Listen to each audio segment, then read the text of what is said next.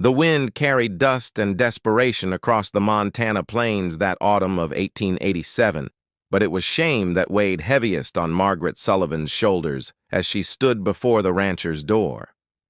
Her worn dress strained at the seams, her face flushed not from the cold, but from the memory of every cruel word she'd endured in 3 territories. Fat, unlovable, burden. The words had followed her like vultures since her parents died, leaving her alone in a land that measured a woman's worth by her waistline and her prospects for marriage. She'd walked 17 miles to reach the Thornton Ranch, her last hope before winter closed its fist around the valley. 27 years old, and she'd been turned away from 7 households in 2 months. Too fat to be a proper wife, too plain to be worth feeding through the hard season. The rejection had carved itself into her bones until she almost believed it herself. When the door opened, Margaret kept her eyes down, her voice barely above a whisper. "No one loves a fat girl, sir, but I can cook." The words tasted like ashes, a surrender she'd rehearsed 100 times in her head. "I don't ask for wages, just a roof and meals. I can work harder than anyone. I promise I won't be trouble." The man who stood in the doorway was tall and weathered, maybe 40 years old, with hands that had known labor and eyes that had seen sorrow. James Thornton studied her for a long moment, and Margaret braced herself for the familiar dismissal, the door closing on whatever remained of her dignity. But he didn't close the door.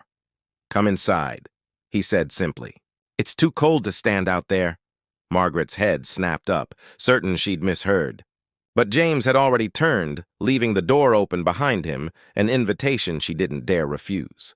She stepped into the warmth of a kitchen that smelled of coffee and loneliness, noticing immediately the layer of dust on the shelves, the pile of unwashed dishes, the hollowness of a home missing its heart. "My wife died 2 years ago," James said, not looking at her as he poured coffee into 2 tin cups. "Cancer took her slow. And my daughter Emma, she's 8 now. She needs a woman's hand. I've been trying, but I'm just a rancher who burns everything I cook and can't remember which way to braid hair." He set the coffee before her, and Margaret wrapped her trembling hands around the cup's warmth. This was the moment he'd tell her the terms, the conditions, the ways she'd need to make herself smaller, quieter, less of a burden. Instead, James sat down across from her and said something that made her eyes sting with unexpected tears. "I don't give a damn what you weigh, miss. I care if you're kind. I care if you'll treat my daughter with gentleness. The rest is just nonsense people use to feel superior when they've got nothing else to recommend them." Margaret stared at him, waiting for the catch, the cruel punchline to the joke. But his eyes held only exhaustion and honesty. "But, sir, James," he interrupted.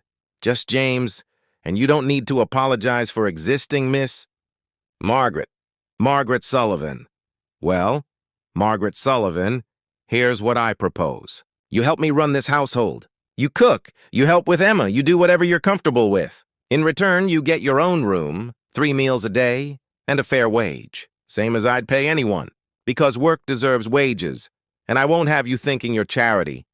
The tears came then, hot and unstoppable, years of rejection pouring out in James Thornton's kitchen. He pushed a clean handkerchief across the table, saying nothing, letting her cry herself empty. Emma appeared in the doorway a few minutes later, a small girl with tangled blonde hair and her father's thoughtful eyes. She looked at Margaret without judgment, just curiosity. "Are you going to stay?" the child asked. "Papa said maybe someone would come help us not be so sad all the time." Margaret wiped her eyes and managed a smile. "I'd like to stay if you'll have me." Emma nodded seriously. "Mama used to say people are like bread. It doesn't matter what they look like on the outside if they're good on the inside." She paused, then added with the brutal honesty of children, "But also Papa's biscuits taste like rocks. So I really hope you can cook." For the first time in months, Margaret laughed. A real laugh, not the bitter sound she'd grown accustomed to, but something light and genuine. The weeks that followed transformed all 3 of them. Margaret discovered that her cooking was more than good. It was exceptional. She could coax flavor from the simplest ingredients, turn a tough cut of meat into something tender, bake bread that made the entire house smell like comfort. She taught Emma to knead dough, to measure spices, to find joy in creation. But more than that, she taught the girl about resilience, about how strength comes in many forms, about how cruelty says more about the cruel person than their target. James watched this transformation quietly. He never mentioned Margaret's weight, never made her feel anything less than valued. When he needed to move heavy sacks of flour, he asked if she wanted help, not because he assumed she couldn't lift them, but because he'd ask anyone. When they went to town for supplies, he walked beside her with his head high, daring anyone to speak a word against the woman who'd brought laughter back to his daughter's eyes. The turning point came on a December evening when Margaret was preparing Christmas dinner. Emma was chattering about a girl at school who'd mocked Margaret's size, and the child's voice carried a tremor of shame, as if she should be embarrassed. James stopped what he was doing. He knelt down to his daughter's level, his voice firm but gentle. "Emma, listen to me. Margaret is one of the finest people I've ever known. She's kind. She's talented. She works harder than anyone I've met. And she makes you smile every day. Anyone who can't see that is blind in ways that have nothing to do with their eyes. And if anyone at that school says one more word against her, you tell them that your father says they're wrong. You hold your head high because we're lucky to have her." He looked up at Margaret then, who'd frozen with a wooden spoon in her hand. "You're not hired help, Margaret. You're family. You understand? Family." Margaret's throat closed with emotion. Family. A word she'd thought she'd lost forever. "I understand," she whispered. "That Christmas dinner was the finest the Thornton Ranch had ever seen.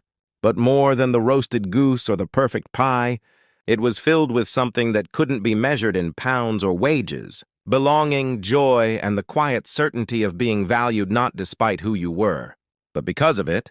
3 years later, on a spring morning bright with possibility, James Thornton asked Margaret Sullivan to marry him. Not because he needed a housekeeper or because she'd proven her worth through labor, but because somewhere between the cooking lessons and the quiet evenings and the sound of Emma's laughter, he'd fallen in love with her fierce heart and gentle spirit. Margaret said yes, not because she needed rescuing or security, but because she'd discovered that love wasn't something you earned by making yourself smaller. Real love saw you completely and chose you anyway. Chose you especially, chose you always. On their wedding day, Emma stood beside them, and as they exchanged vows, the little girl whispered to anyone who would listen, "I told Papa that Mama was right. People are like bread, and Margaret's the best kind, warm and sweet and exactly what we needed." In a world that had tried to convince Margaret Sullivan she was too much or not enough, she'd found a home with people who knew the truth. She was exactly right, exactly herself, and exactly loved.